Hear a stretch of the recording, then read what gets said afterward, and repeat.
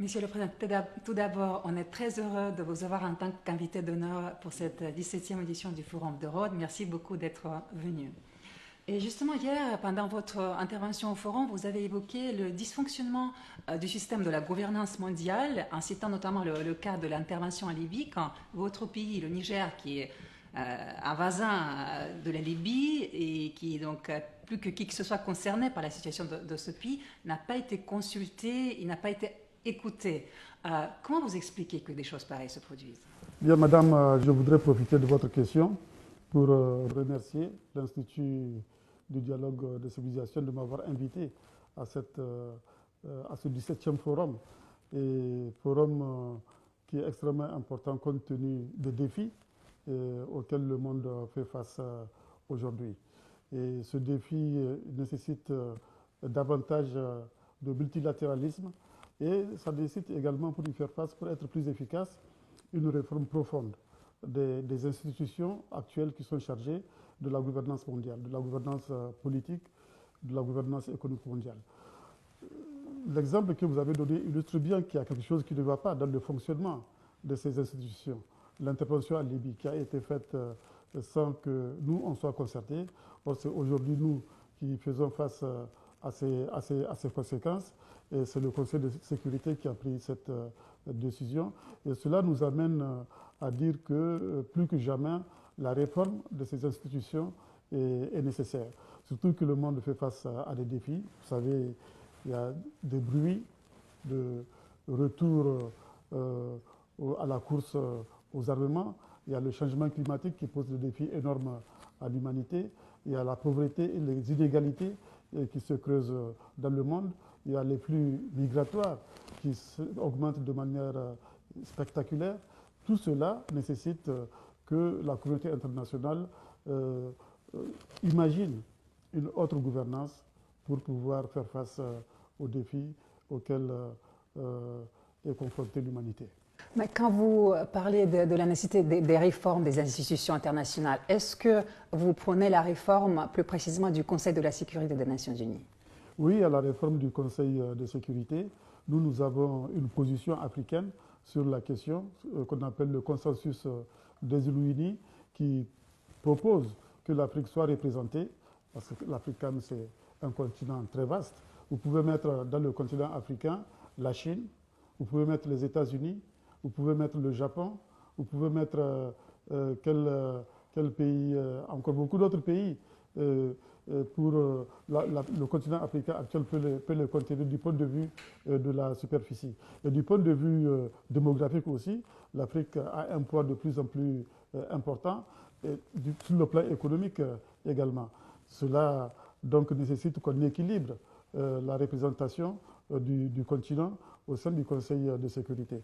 Et les Africains proposent que nous ayons 2 membres permanents dans le Conseil de sécurité et 5 membres non permanents. Mais il n'y a pas que la réforme du Conseil de sécurité qui est nécessaire. Il faut réformer l'Assemblée générale des Nations unies. Il faut aussi réformer les institutions économiques qui gèrent l'économie mondiale. C'est le cas du Conseil économique et social qui est au sein de l'ONU, mais c'est aussi le cas des institutions comme l'OMC, comme la Banque mondiale ou le FMI. Si vous me permettez, sur la Libye, vous soulignez la nécessité avant tout de rétablir l'ordre dans ce pays avant de procéder à toute autre chose, et notamment éventuellement aux élections. Mais comment on fait pour rétablir cet ordre? Effectivement, on constate aujourd'hui une absence totale d'État en Libye. La Libye n'est plus contrôlée. La Libye est divisée, partagée par différentes milices armées. Donc la priorité, c'est de restaurer l'État, c'est de restaurer l'ordre. Et après ça, on peut envisager éventuellement d'aller à des élections. Comment cela peut-il se faire? Je pense que l'Afrique a une expertise avérée. Cette expertise, on l'a démontré à l'occasion de la crise soudanaise, une crise récente, qui a permis assez rapidement de mettre les différentes parties soudanaises d'accord. Elles ont pu mettre en place un gouvernement d'union nationale. Et donc, on peut s'appuyer sur ce genre d'expérience pour trouver une solution au niveau des différentes parties libyennes en Libye pour la mise en place d'un gouvernement national, d'une transition qui puisse permettre de restaurer l'État et qui puisse permettre plus tard d'organiser des élections. Et c'est pour cela que nous avons proposé aux Nations Unies l'envoi d'un envoyé spécial conjoint Union africaine, ONU pour la Libye. Et où en est cette proposition? Bon, pour l'instant, la proposition vient d'être faite, elle est en train d'être examinée au niveau des Nations Unies. Elle a été pratiquement approuvée au niveau du G7 qui s'est réuni récemment à Biarritz en France, en marge des travaux de l'Assemblée générale en septembre. Cette question a été évoquée. Je pense que l'idée est en train de faire son chemin. Je sais maintenant venir à la situation sécuritaire et de terrorisme dans la région du Sahel. Vous déplorez le manque d'implication de la communauté internationale dans la gestion de ces questions-là. Quelle est votre proposition à ce sujet, à la communauté internationale? Par rapport aux menaces terroristes et des organisations criminelles, je dois dire que ces menaces ont été amplifiées justement par la crise libyenne. Et donc, quelque part, la communauté internationale est responsable de l'amplification de ces menaces. Or, face à ces menaces, nous, au Sahel, nous ne nous sentons pas suffisamment soutenus. Nous ne sentons pas la solidarité internationale se manifester en faveur de nos peuples face à ces menaces. C'est pour cela que nous proposons une meilleure implication de la communauté internationale dans la lutte contre le terrorisme et le crime organisé. Cela veut dire quoi? Cela veut dire que la société internationale doit soutenir la force conjointe qu'on a mise par exemple en place au niveau du G5 Sahel qui comprend la Mauritanie, le Mali, le Burkina, le Niger et le Tchad.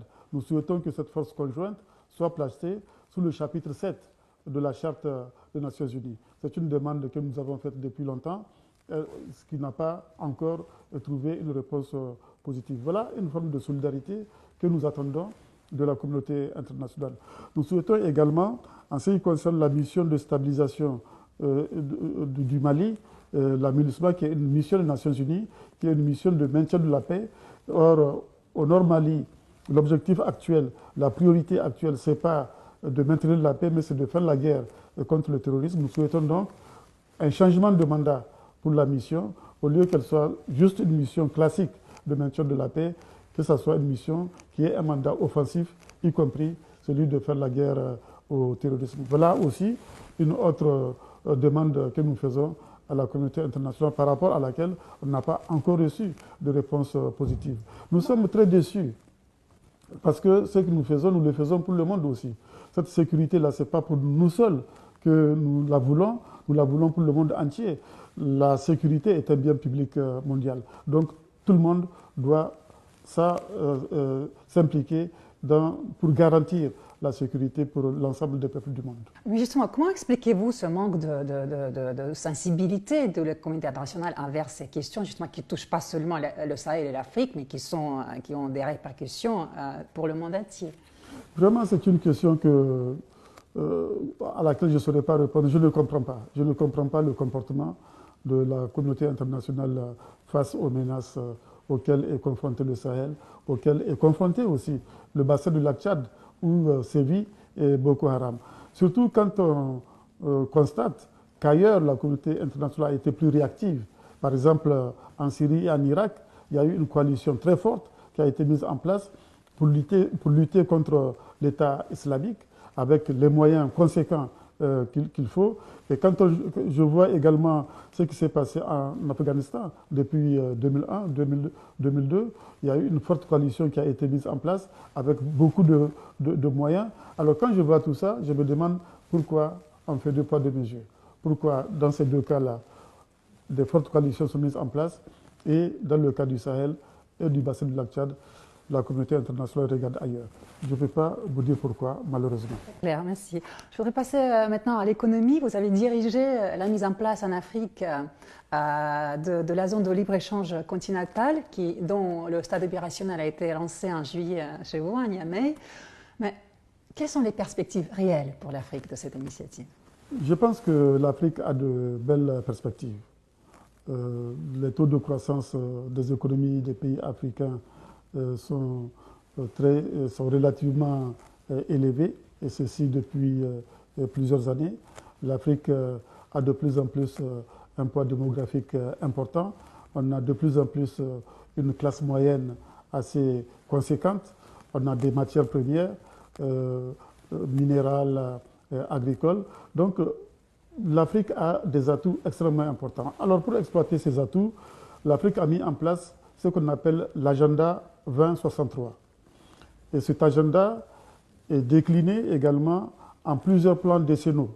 Le premier plan décennal dans le cadre de cet agenda, c'est le plan 2013-2023. Cet agenda contient un certain nombre de plans et programmes pour faire progresser l'Afrique, pour le développement du continent. Un des projets, c'est la zone de libre-échange continentale africaine à laquelle vous venez de faire allusion et qui est entrée en vigueur désormais au dernier sommet extraordinaire de l'Union africaine à Niamey. Et donc cette zone permettra de mettre en place un marché unique, pour l'instant, de 1,2 milliard de consommateurs. D'ici 2030, on sera 1,7 milliard de consommateurs. En 2050, ça sera 2,5 milliards. En 2100, ça sera 4,5 milliards. Donc c'est un grand marché. C'est le marché de libre-échange le plus vaste du monde actuellement. Donc mais ce marché, ce projet n'est pas un projet isolé. Il y a d'autres projets qui l'accompagnent dans le cadre de ce premier plan décennal de l'agenda 2063. Il y a le plan de développement des infrastructures en Afrique, parce que pour faciliter les échanges, il faut des routes, il faut le chemin de fer, il faut l'énergie, il faut les télécommunications, il faut les infrastructures portières, aéroportières, etc. Donc nous avons ce plan-là également qui accompagne la zone de libre-échange continentale. Pour que la zone de libre-échange continentale ne soit pas une coquille vide, il faut aussi que les Africains aient des produits à échanger. C'est pour cela que nous avons prévu un plan de développement industriel de l'Afrique. L'Afrique est aujourd'hui le plus grand pourvoyeur de matières premières. Nous exportons des matières premières. Notre objectif, c'est d'exporter désormais des produits industriels, des produits finis. C'est de transformer nos matières premières. Donc, il y a ce plan-là d'industrialisation de l'Afrique qui permettra aux pays africains de produire ce qu'ils peuvent échanger dans le cadre de la zone de libre-échange continentale et ce qu'ils peuvent même envisager d'exporter en dehors de l'Afrique. Nous avons aussi un autre plan, c'est le plan du développement agricole de l'Afrique. Il faut que les Africains nourrissent les Africains. Aujourd'hui, 60% des terres arables du monde non exploitées sont en Afrique. Donc il faut mettre en valeur tout ce potentiel de terres cultivables. Nous avons également la vision minière de l'Afrique. Par conséquent, le projet de zone de libre-échange continentale est accompagné d'autres projets. Ce n'est pas un projet isolé, et c'est cela qui permettra à l'Afrique de faire un mouvement d'ensemble vers le progrès économique et social. Monsieur le